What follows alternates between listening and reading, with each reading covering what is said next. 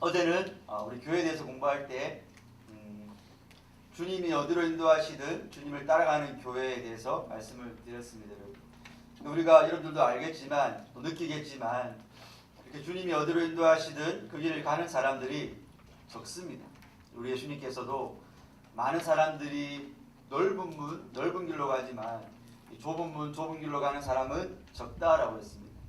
근데 제가 그 적다가 얼마나 적은 걸까라고 궁금해가지고 그 원어를 한번 찾아봤어요. 그 다른 성경에서 그 단어가 어떻게 쓰였는지.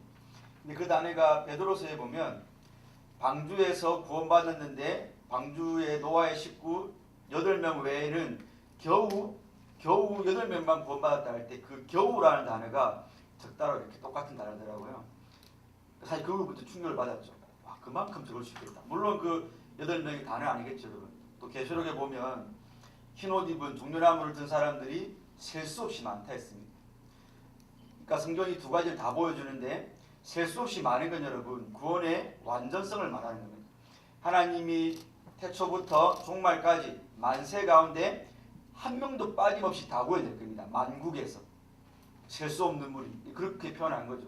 하나님이 실수 안 하시고 한 명도 하나님이 누락시키지 않을 거기 때문에 풍성한 구원의 14만 4천 수가 다 차는 것을 셀 수 없다라고 말합니다. 다만 그 셀 수 없다는 걸 물리적인 수치적인 셀 수 없는 게 아니고 셀 수 있을 겁니다. 당연히.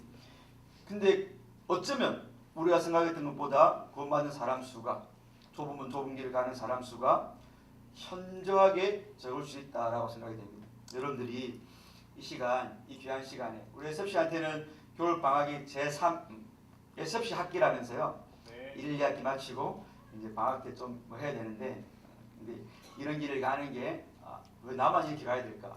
좀 더 소홀하게 가면 안 되나? 좀 더 널널하게. 근데 주위의 친구들 보니까 뭐 예수님 믿으면서도 얼마든지 더 많은 다양한 길들이 있는데 이렇게까지 동교상에 모이고 또 교회 행사하고 여기까지 와서 내가 이 일을 해야 되는가 생각이 들 겁니다. 근데 우리 신앙의 선배들이 다 이 길을 왔었고 여러분들도 그 길을 똑같이 가는 거고 그 길을 가는 게 주님 인도하신 그 예비하신 길을 저는 간다고 생각합니다. 그래서 절대로 여러분들이 잘못 가는 게 아니고 다수가 간다 해서 그 길이 오는 게 아닙니다. 항상 소수가 갈지라도 그 길이 성경의 증거를 받고 있고 성경이 보장하는 길이라면 우리는 힘들어도 가야 되는 거죠. 그런 마음으로 이렇게 자부심을 가지고 이렇게 그런 끈기를 가지고 같이 갔으면 좋겠습니다. 오늘은 여러분 우리가 예수님만으로 위로받는 교회라는 제목으로 말씀을 전할 텐데 오늘 본문에 똑같이 마태가 어제 제가 보여드렸죠, 여러분.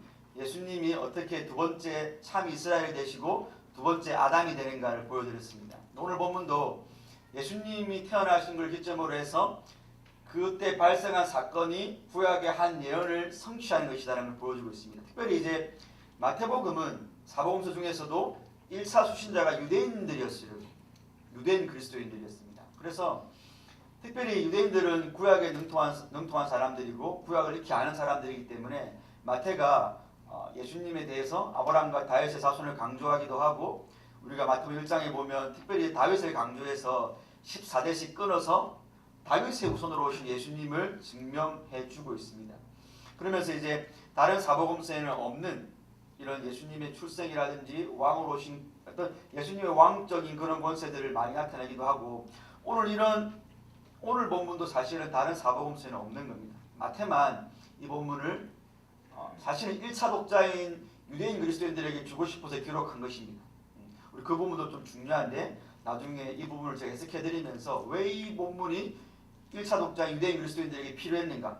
다른 이방인들을 위한 복음서는 물론 궁극적으로는 복음서가 다 그리스도인들을 위한 거지만 일단 1차 수신자에게 초점을 맞춰서 볼 때 왜 이 본문이 기록됐는가도 우리에게 주는 교훈이 있을 겁니다. 오늘 본문은 헤롯 대왕 때 예수님이 태어나셨고 이 동방 박사들이 예수님 메시아의 별을 보고 찾아왔죠. 그 별이 예루살렘에 머물렀고 그 동방 박사들이 그 별을 따라서 예루살렘에 가서 헤롯 대왕 앞에서 유대인의 왕으로 나신 이가 어디 있느냐고 물어봤습니다. 그 깜짝 놀랐죠. 헤롯 대왕이. 자기가 유대인의 당시 왕이었고 거기다가 그 사람은 에스의 후손이었기 때문에 사실은 정통적 이스라엘 민족이 아니었어요. 그러니까 이제 뭔 칭찬은 될 수 있겠지만 어찌 보면 이방인격인 거죠. 그래서 유대인들은 민족적인 어떤 혈통을 중요시하는데 지금 유대인을 다스리는 왕이 에스의 후손이고 거기다가 그 당시는 로마의 압제를 받는 때이기 때문에 메시아를 고대하는 사상이 극에 달할 때입니다. 그러다 보니까 동방 박사들이 와가지고 유대인 왕이 어디냐라고 물어보니까 덜컥 겁이 나는 거죠. 자기 왕권이 흔들리는 문제지 않습니까? 그래서 그럼 너희들이 뭐 학자를 찾아보니까 베들레헴에서 난다 했다. 뭐 이렇게 말을 해주면서 나중에 찾으면 너희들 나한테도 알려줘. 나도 경배하러 갈게. 라고 말을 하고는 거짓말을 한 거죠. 죽이고 싶은 거였죠. 근데 천사들이 나타나서 동방 박사들에게 예루살렘을 가지 말고 그냥 가라 해가지고 어쨌든 헤롯이 쏘은 거죠. 근데 분해가지고 그때를 기점으로 해서 2살 이하의 아이들을 다 죽인 겁니다. 그러니까 그때 이제 어떤 일이 발생했겠습니까? 당연히 베들레헴에 있었던 2살 이하의 자녀를 두었던 그 부모님들은 정말 피눈물 나는 거죠. 여러분 나중에 아기를 키워보면 알겠지만 2살 그만한 때 제일 예쁜 때입니다. 소위 말하기를 그 2살 미만 때에 4살 미만인가 2살 미만 때 부모가 느낄 수 있는 모든 사랑을 아이들은 다 주고 그 시대 그 살 이후부터는 이제 애를 먹이는 거죠. 그러니까 평생을 애를 먹이고 딱 그 어간에 가장 이쁨을 사랑을 애들이 이렇게 또 이렇게 받는 그때거든요. 그러니까 그 애들이 죽은 거예요. 그 폭군의 그런 잘못된 명령 때문에. 그러니까 얼마나 통곡 소리가 울렸겠습니까? 이 당시 이제 학자들의 말을 들어보면 베들레헴이 작은 도시였고 또 그 당시 출산을 해도 유아 사망률이 높았을 거기 때문에 한 20가정, 30가정도 되지 않았을까. 2살 미만의 아이가 있었던 가정을 이렇게 봅니다. 어쨌든 이 30가정의 부모들이 통곡을 했을 겁니다. 오늘 본문은 바로 그 말씀을 그 사건이 발생한 게 우연이 아니었다고 말을 하는 거예요. 중요한 거예요. 우리가 고대 시대나 이런 뭐 당시를 보면 얼마든지 전제국가 시대에는 왕의 말이고 법이니까 폭군이 나라를 다스리게 되면 이런 어떤 폭정이 얼마든지 일어날 수 있습니다. 역사 속에서 있었습니다. 우리나라도 뭐 영상부 때 있었던 것처럼. 근데 성경은 역사 속에 일어날 수 있는 그 일이 우연히 발생한 게 아니고 하나님의 섭리 가운데 구약에 예언되어 있는 사건이고 그 예언이 이루어졌다라고 말을 하는 게 중요합니다. 이게 무슨 의미냐 그거죠. 근데 그 예언이 뭐냐 하면 바로 선지자 예레미야를 통하여 말씀하신 예언이다라고 말씀하고 있는 것입니다. 그러니까 마태복음에 특별히 이런 말이 많이 나옵니다. 성경에 이러기를 성취되었다 이런 말이 제가 대충 찾아봐도 한 11번 이상이 나옵니다. 근데 그런 부분 누가복음이나 요한복음 이런 데 많이 안 나오거든요. 그만큼 1차 독자인 유대인들은 성경에 이르기를 그때 성경은 구약밖에 없었으니까 구약에 무슨 말이 기록되는지를 많이 알았던 거죠. 마태는 그거를 인지하고 야 너희들 예수님 메시아를 안 믿지? 근데 이분이 정말 메시아야. 지금 믿고 있지? 확정을 네가 시켜줄게.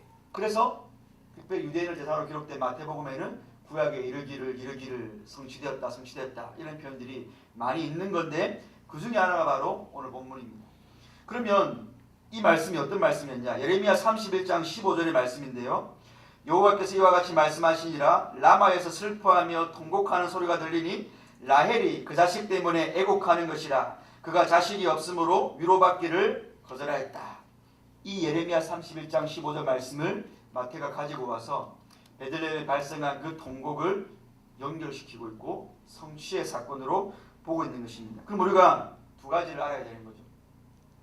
과연 예수님 때에 그 베들레헴의 아이들이 죽었던 그 통곡과 예레미야 때에 라마에서 울었던 그 통곡이 어떤 의미가 있는가라는 것이고, 예레미야 때 라마에서 울었던 그 통곡이 예레미야가 또 그걸 인용할 때는 라헬의 통곡을 가지고 왔는데 야곱의 둘째 아내였던 라헬의 통곡이 예레미야 시대는 또 무슨 관계가 있는가? 우리가 소급해서 역추적해가면 이제 왜 마태가 이 부분을 가지고 왔는지 우리가 알 수 있는 거죠. 그럼 첫 번째로 우리가 이게 라헬의 통곡이 뭐냐를 알아야 되는데 라헬의 통곡. 라헬의 통곡은 다름이 아니고 라헬이 여러분 자기 아버지 집 바단 아람에서 베델로 이렇게 가나안 땅으로 돌아오면서 베델 그 즈음에 와서 둘째 아들을 낳게 됩니다. 첫 번째 요셉을 낳았고 둘째 베냐민을 낳게 되는데 그때 난산을 하게 됩니다. 출산이 쉽지 않았던 모양이죠. 그래서 그 베냐민을 낳다가 라헬이 죽습니다. 그때 이제 그 라헬이 자기의 죽음 앞에 통곡했던 그 눈물, 라헬의 눈물인데, 라헬이 어떤 사람이었냐면 여러분, 그 라헬은 평생이 열등감과 자괴감에 빠져 있었어요.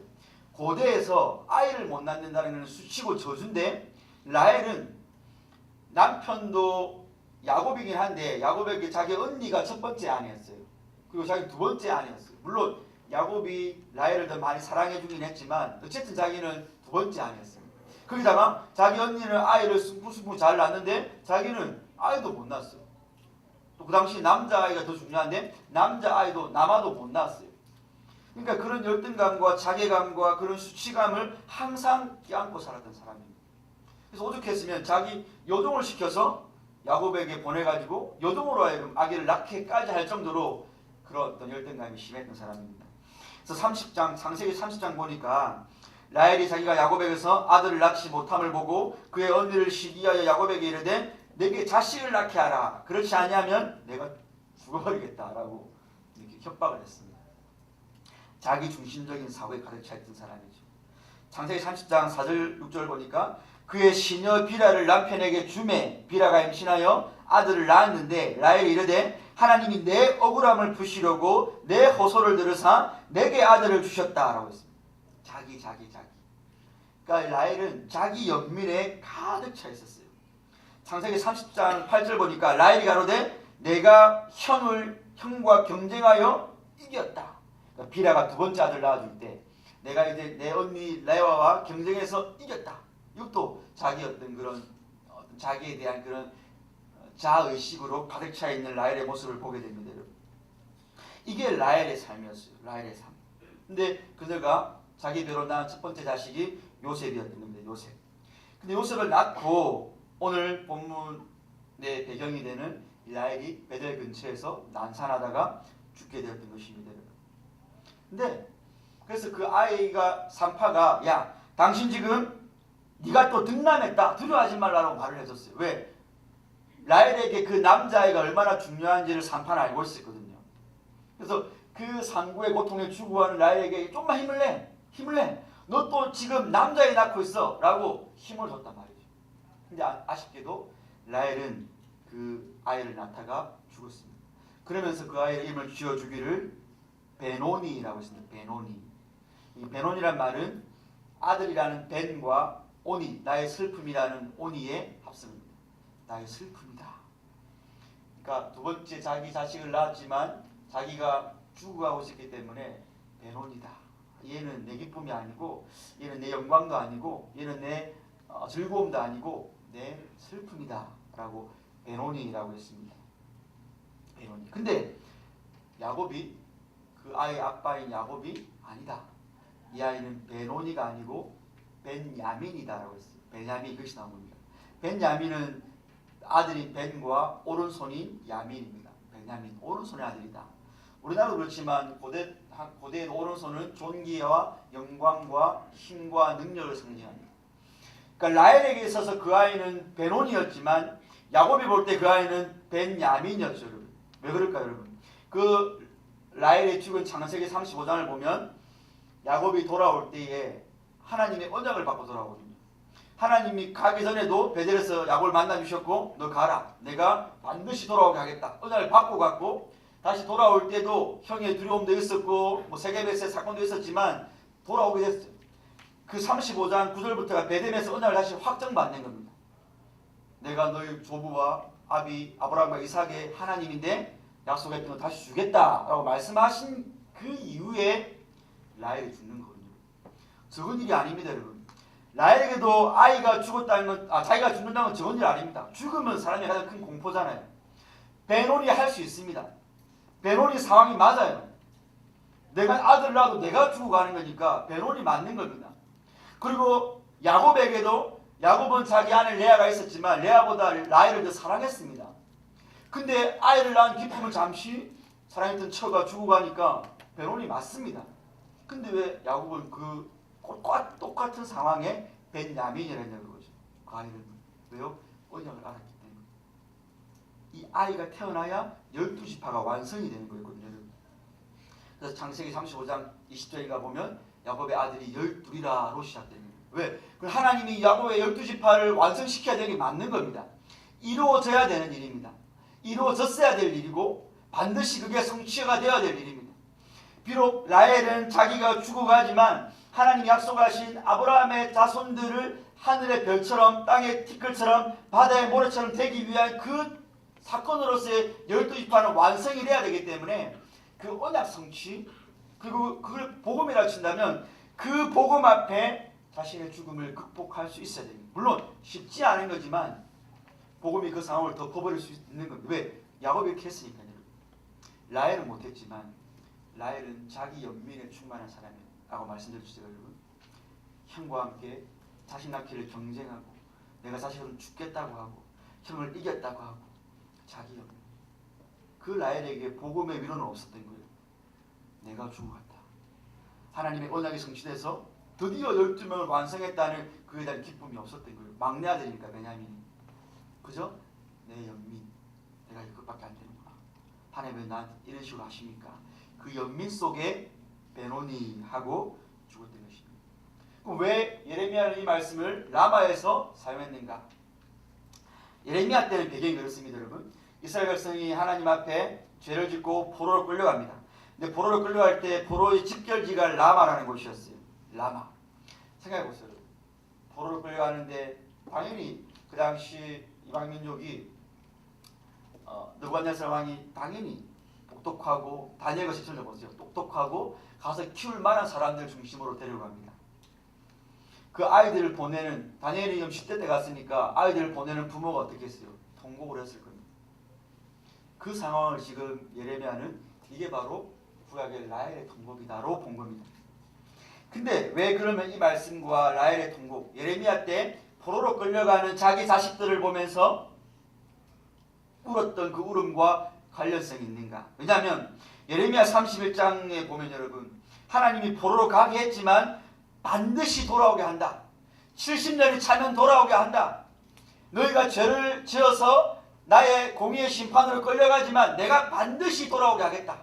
걱정 말아라. 너희 죄가 다 씻김받으면 내가 다시 너희들을 물된 동산같이 하겠고 다시 너희가 근심이 없겠고 내가 너희를 속량하겠고 너희는 내 백성이다라고 하나님 말씀하고 보내셨어요.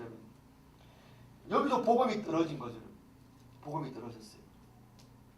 위로받을 수 없을 것 같은 그 상황인데 복음이 떨어졌어요. 하나님은 위로받을 수 없는 그 상황 가운데 있는 라헬과 위로받을 수 없는 그 상황 가운데 있는 자기 자신이 가고 있으니까 그 상황에 복음을 핵폭탄으로 떨어뜨려줬어요. 그럼 적어도 복음을 조금이라도 아는 사람은 눈물을 흘릴지언정 통곡의 눈물, 회한의 눈물, 자기 연민의 눈물이 아니라 그는 기대와 소망 속에 있는 인고의 눈물이 나와야 되는데 라헬이나 예레미야 때나 그러지를 못했다는 거예요. 자기 연민의 눈물이었어요. 자기 연민의 눈물. 지금 그래서 예레미야가 그걸 라헬의 눈물을 끌고 갔고 마태는 그걸 끌고 온 겁니다. 어떻게 결부가 됩니까 여러분? 메시아가 태어나는 과정 가운데 아마 베들레헴 사람들도 메시아의 탄생 소식을 들었을 거예요. 그 동방 박사들도 왔었고 경배하러 왔었죠 여러분. 이방의 현인들이 와서 예물을 드렸으니까 조그만 마을에 소문이 안 날 수가 없죠 여러분. 천사들이 와서 하늘의 영광 땅의 기쁨이라고 말을 했기 때문에 베들레헴 사람들이 복을 몰랐다. 메시아의 탄생을 모른다고 말할 수는 없습니다. 안 믿을 수는 있겠죠. 그러면 그 일의 일환으로 우리를 이해 못합니다. 하나님 왜 하필이면 그러면 그 별을 예루살렘으로 데리고 가가지고 하나님께서 그냥 바로 베들레헴을 데리고 가셔가지고 헤롯 대왕 모르게 하시지 왜 하나님 굳이 그 별을 예루살렘으로 하나님이 멈춰서게 하시고 헤롯이 그 일을 알게 하시고 아들을 죽이는 그 일을 발생했는지 모릅니다. 다만 하나님은 선할 뿐. 그 일이 세상 사람들에게는 눈물 나는 일이었지만 하나님은 선할 뿐이죠. 우리는 모르지만 하나님은 복음에 협력하는 선이 되기 위해서 그 일을 하셨는데 오늘 베들레헴에 있었던 그 어머니 아버지들도 몰랐어요. 그 복음으로 위로받기를 거절했던 겁니다. 여러분 절대로 그게 쉬운 위로는 아닙니다. 자기 자식이 죽었으니까. 다만 성경은 복음은 그 자기 연민에서 나는 울음을 그 통곡을 그치게 할 수 있는 능력이 있는데 오늘 라헬과 예레미야 때의 포로들과 그리고 베들레헴의 백성들은 그 복음의 위로를 못 받았거나 안 받았습니다. 왜요? 자기 연민에 자기 중심적 가치에 매여있기 때문에. 오늘 그런 성도가 얼마나 많습니까, 여러분? 베들레헴 사람들에게 복음을 위해 자기 자신을 버리는 것이 쉽지는 않지만 하나님이 그 복음을 복음되게 하는데 쓰시겠다면 내어놓을 수 있어야 됩니다. 쉽지 않습니다, 여러분. 제가 계속 말합니다. 쉽지 않습니다. 쉽지 않습니다. 그러나 복음은 그 쉽지 않음을 쉬운 일로 되게 하고, 복음은 우리의 무거운 멍에를 가볍게 하고, 복음은 주를 위해 좁은 길을 가게 하는 힘이 있고 위로의 능력이 있기 때문에 될 수 있는데 그 사람들은 그걸 거부했습니다. 예수님이 요구하시는 그런 척 같은 그런 모진 요구를 받기를 거부했습니다. 안락하게 예수 믿고 싶었다는 거죠. 복음도 좋은데 이왕이면 예수님 따를 때 희생은 치르지 않고 가고 싶었다는 거죠. 내 직업, 나의 비전, 내 위로, 내 영광, 내 자존심, 내 것은 내가 챙기면서 가고 싶었다는 거죠, 여러분. 이것만큼은 하나님도 건드리지 말라는 거예요. 하나님이 그거 건드리지 나 울어버리겠다는 겁니다. 하나님이 어떤 걸 하셔도 나는 이것 때문에 나 울겠다는 겁니다. 하나님이 뭐라고 위로하셔도 나는 위로 못 받겠다는 겁니다, 여러분. 정말로 죄 중에 죄죠, 여러분. 근데 이 사람들이 그렇게 했다라는 것입니다, 여러분. 위로를 못 받겠다는 것입니다. 왜 이게 마태복음에 기록됐습니까? 그 당시 유대인들에게 메시아를 믿는다는 것은 어려운 일이었죠. 유대인들에게는 꺼리끼는 것이고 로마인들에게는 미련한 것이었기 때문에. 근데 마태는 힘을 내라는 거죠. 너 그것 때문에 위로 못 받으면 안 된다는 거죠. 오신 메시아, 볼품도 없었고 흠모할 만한 모양도 없어서 유대인들이 잡아 죽였지만, 그래서 내가 유대인 그리스도인으로 예수님을 믿기에 꺼리끼는 게 있고 힘든 일이지만 유대인 그리스도로 살아간다는 게 내 가족과 내 집과 전투와 밭과 내 모든 것을 버리는 위험이 있을지 모르겠지만 그것 때문에 너희들이 자기 연민에 빠져서 그걸 움켜잡고 예수님께 원망만 불평만 하고 있으면 안 되기 때문에 일사독자의 유대인에게 이 본문이 기록되어져 있는 것입니다. 여러분, 자기 연민은 아무것도 아닌 것 같지만 무서운 겁니다. 우리가 다 그게 있어요. 자기 연민. 우리가 모르는 사이에 그게 있어요. 아무리 하나님이라도 내 이 영역만큼은 하나님도 위로 못한다는 게 있어요, 우리한테. 그게 이성관계일 수도 있고 돈 문제일 수도 있고 가정의 평화일 수도 있고 뭔지 모르겠지만 여러분 각자에게 그 부분만큼은 하나님이 나한테 뭘 하셔도 위로 못 받겠습니다라고 말하는 부분이 있어요. 그래서 우리는 은연중에 하나님께 화가 나 있습니다. 왜 하나님 이런 식으로밖에 일을 안 하십니까? 나에게 조금 더 좋은 거 못 주십니까? 내가 나름대로 애썼고 수고했고 하나님의 봉사와 이만큼까지 걸어왔는데 하나님이 나에게 주신 것은 고작 이거밖에 안 되는 겁니까? 라는 마음이 내색은 하지 않지만 우리에게는 있습니다, 여러분.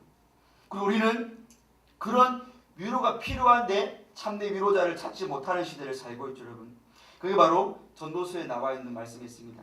내가 다시 해 아래에서 행하는 모든 학대를 살펴보았도다. 보라, 학대받는 자들의 눈물이로다. 그들에게 위로자가 없도다. 이게 히브리인들에게는 바로 메나헴 아벨이라는 단어였습니다. 메나헴 아벨. 위로자가 없다라는 겁니다. 여러분 그렇잖아요? 여러분들도 그럴 겁니다. 자기 연민에 빠져서 내가 뭔가 위로를 받으려는 것을 여러분 찾고 있는데 아마 뭔가 있을 거예요. 하나님 안에 다른 것이 아마 있을 수도 있습니다. 유튜브를 보면서 이렇게 자기는 위로받는다든지, 아니면 이렇게 노래방 가서 한번 소리 크게 지르고 오면서 위로를 받는다든지, 아니면 이성 친구에게 가서 위로를 받는다든지, 하나님에게도 못 받는 위로를 우리는 세상에서 해 아래에서 찾으려고 할 때가 많이 있어요. 전도서 기자는 해 아래에는 진짜 위로자가 없다라고 말씀하시는 거죠. 왜 그럴까요?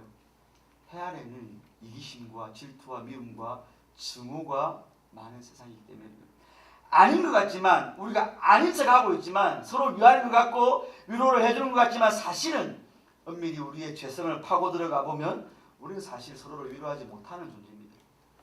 물론 우리가 이따금씩 하나님이 내게 주시는 그 은혜로 말미암아 한 번씩, 우리 오늘 밤에 마지막 기도할 때 새내기들 품고 기도하는 거 합니까, 여러분? 그렇게 할 줄은 모르겠어요. 그냥 정작 우리의 실상은 평소 때는 별로 관심 없잖아요, 여러분. 자기 연민에 빠져있지 사실은 내 주위에 다른 사람에게 위로할 수 있는 존재가 안 되잖아요, 여러분. 그러면서 우리는 하나님 외에 다른 것을 위로자로 품고 있는 겁니다. 저는 여러분 개인적으로 이런 인간의 죄성을 드러내는 책이나 글들을 좋아하는데 산둥성 수용소라는 책이 있습니다. 2차 세계대전 때 이제 일본이 포로들을 중국의 산둥성 지방에 수용을 시켰어요. 그때 그 하버드대 출신의 한 명이 그 수용소에 있었어요. 미국인인데 그 사람이 그 수용소에서 일어난 일을 기록한 게 산둥성 수용소입니다. 그 책의 요지는 그거예요. 사람이 먹을 게 없고 사람이 극한 상황이 되니까 본성이 나오더라는 거죠. 얼마나 이기적이고 얼마나 인간 스스로가 죄악에 파묻혀 있는 존재인가를 그 사람이 깨달았던 책이 바로 산둥성 수용소입니다. 그러니까 우리는 사실 아닌 척하고 있죠. 근데 더 중요한 건 여러분, 그 사람들이 그렇게 먹을 게 없어서 먹을 거 하나 가지고 싸우고 정말로 일본군의 총만 없었으면 다 서로 그냥 서로 물어 뜯을 뻔했대요. 근데 그 일본군의 총이 그렇게 하지 못하게 막고 있었을 뿐. 한 가지 놀라운 사실은 그렇게 자기만 알고 그 이기적인 사람들이 그래도 감추더라는 거죠. 신기하게 인간이라는 존재가 그 극한의 상황에 그렇게 이기적인 본능을 이따금씩 드러내면서도 자기가 이기적인 그렇게 인간의 자기 이 인생의 더러움과 이기심을 자기 연민의 감정을 드러내면서도 아닌 것처럼 하더라는 거죠. 여러분. 지금 그게 놀랐습니다. 인간은 그렇게 할 수 있어요. 대단하지 않습니까? 인간은 자기를 속일 수 있다니까요, 여러분. 여러분이 여러분을 속일 수 있어요. 내가 세뇌하면 나는 괜찮은 사람이다. 전혀 아닌데 자기가 속일 수 있어요. 극한의 상황이 그렇게 하더라는 거죠. 신기하게 그 사람이 그렇게 말을 합니다. 이 욕구를 자기들이 감추려고 하더라는 거죠. 도덕적으로 보이려고. 우리가 그렇죠, 여러분. 친구한테 잘해주는 것 같지만 SFC로서 뭐 해주는 것 같지만 실상 저 친구가 그 어떤 친구에게 뭔가를 가르쳐주면서도 이 친구가 나보다 더 잘하면 어떡하지? 이런 마음이 우리에게는 정도는 다르겠지만 다 있는 거예요. 그 인간의 본성입니다. 그게 바로 메나임 아벨, 위로자가 없는 이 해 아래의 세상입니다. 성경 뭐라 합니까? 해 아래는 없다 그겁니다. Under the sun, S-U-N은 없다 그겁니다. 다만 Under the S-O-N, 아들 아래는 있다고 말합니다. 복음 아래는 위로가 있는 겁니다. 세상 그 어디도 여러분들이 진짜로 기댈 만한, 진짜로 여러분들이 자기 연민을 위로해 줄 만한 건 없어요. 그렇게 보일 뿐입니다. 신기로와 같은 거예요. 그러나 아들 아래는 있다고 오늘 말하는 겁니다. 오늘 본문에서는 여러분의 진짜 위로자가 있다라는 겁니다. 그러니까 위로자가 없는 것처럼 울고 있고 그게 주저앉아 있고 퍼질러 있고 나에게 위로자가 없는 것처럼 세상 사람들 앞에서 넋두리 하지 말라는 거죠, 여러분. 교회인 여러분에게 예수님이 계시고 예수님이 진짜 위로자인데 세상 앞에 가가지고 나에게 위로자가 없다는 말을 하지 말라는 겁니다, 여러분. 근데 우리는 그렇게 하고 있죠. 교회 친구에게는 그런 말도 못하면서 오히려 세상 친구에게는, 제가 청년을 맡고 있잖아요, 여러분. 청년들이 그런 말 많이 합니다. 여러분이 이대로 이제 우리 영양계 청년에는 지청이라는 게 있어요. 또래별로 지청을 이루는데 신방을 해보면 오래 봐왔으니까 또 자기의 장단점을 다 아니까 여러분 그런 말을 잘 못하는 거예요. 자기 기도 제목 이런 것들을. 근데 오히려 세상 친구한테 하기가 편하대요. 세상 친구한테 가서 교회 욕도 하고 교회는 이래 말을 하고 또 위로받는 거예요. 위로가 된대요 또. 그 진짜 사투리로 하면 여러분 우사시키는 겁니다. 수치를 주는 거예요. 교회에. 그 영광스러운 교회에 위로자가 없어서 세상에 나가서 세상 앞에 위로를 구걸하는 거죠. 나도 위로해달라. 나 힘든데. 나 지금 자기 연민에 빠져있는데 교회는 위로가 안 돼. 설교가 위로가 안 돼. 성경에는 위로밖에 안 채워져 있는데 성경이야말로 위로의 복음의 폭탄이 있는데 이 복음이 위로가 안 되고 사무소에 가서 한잔 하거나 뭐 스타벅스 커피 딱 뭐 가요와 함께 불린대요. 기가 차는 노릇이죠. 메나임 아벨이지만 교회에는 위로자가 있는데 여러분 예수님 그 눈물을 멈추라는 겁니다. 위로자가 없는 것처럼 울지 말라는 겁니다, 여러분. 그래서 우리 예수님께서 우리 시편 16편이 여러분 우리 사도행전 2장에 보면 다윗의 시편인데 예수님의 부활을 말하면서 베드로가 시편 16편에 다윗이 고백했던 그 자기의 죽음과 부활에 대한 게 사실은 예수님께 대한 말을 하면서 16편에 보면 어떤 말이냐면 여러분 땅에 있는 성도는 존귀한 자니 나의 모든 즐거움이 저에게 있도다라는 말이 있어요. 시편 16편 3절에. 그 뒤에 이제 16편에 보면 죽고 부활에 대한 게 나오는데 이게 무슨 말입니까? 시편 16편이 다윗의 고백이지만 메시아 시편이라면 그래서 예수님의 부활을 다윗이 내다보면서 말했던 거라면 오늘 3절에 있는 거 땅에 있는 성도는 존귀한 자니 내 모든 즐거움이 교회에 있도다라고 말을 하는 거예요. 이 말을 듣고도 여러분들이 위로가 안 된다고 여러분? 스바야 3장 17절에 너희 하나님 여호와가 너희 가운데 계시니 그는 구원을 베푸실 전능자시라. 그가 너로 인하여 기쁨을 이기지 못하여 하시며 너를 잠잠히 사랑하시며 너를 인하여 즐거이 부르며 기뻐하시리라. 이 말이 위로가 안 된다고 여러분? 아비가 자신을 불쌍히 여긴같이 여호와께서 자기를 경외하는 자를 불쌍히 여긴다라는 말이 위로가 안 된다고 여러분? 우리에게 있는 대제사장은 우리 연약함을 채우려 하지 아니하는 자가 아니고 우리와 같이 모든 일에 하기같이 시험을 받은 자가 계신데 여러분의 삶이 자기 연민에 빠져 있어도 된다고 여러분? 그 문제를 가지고 세상속에 나가서 세상 친구의 위로를 받는다고 여러분? 가요를 들으면서 위로를 받는다고 여러분? 한잔 하면서 위로를 받는다고 여러분? 스타벅스 커피를 마셔야만 위로를 받는다고 여러분? 예수님이 여러분을 위로하려고 내 하나님이여 내 하나님이 어찌하여 나를 버리셨습니까? 라고 할 때 하나님께 위로를 받지 못하심으로 예수님이 여러분을 위로하시는데 예수님의 그 복음이 여러분에게 위로가 안 된다고 여러분? 그래서 세상에 나가서 세상 앞에서 울고 있다고 여러분? 그래서 여전히 하나님 앞에 불평만 하고 있다고 여러분? 왜 나에게 이따위로 하는 그런 말을 하고 있다고 여러분? 안 될 말인 겁니다 여러분. 자기 연민의 성도를 벗어나야만 되는 존재인 겁니다 여러분. 왜요? 성경 위로를 말하니까 하나님이 위로하지 못하는 여러분의 눈물과 고통이라는 건 없는 겁니다 여러분. 저는 절대로 여러분의 당하는 열등감과 자기 연민을 적다고 말하는 거 아닙니다 여러분. 제가 겪어봤기 때문에. 보면 알겠지만 여러분 저도 열등감 많게 생겼잖아요. 너무 힘든 거예요 그거는. 즐겁게 뭘 하다가도 그 부분이 딱 걸리면 사람이 우울해져요. 자기 연민에 빠지면 열등감이 생기고 삶이 의욕이 없어집니다. 하고 싶은 것도 없어요. 근데 그럴지라도 여러분 하나님 앞에서는 세상 앞에서 우리가 나에게 위로자가 없다라고 말하고 그거를 단순하게 슬픔의 눈물로 흘려서 안 되는 겁니다.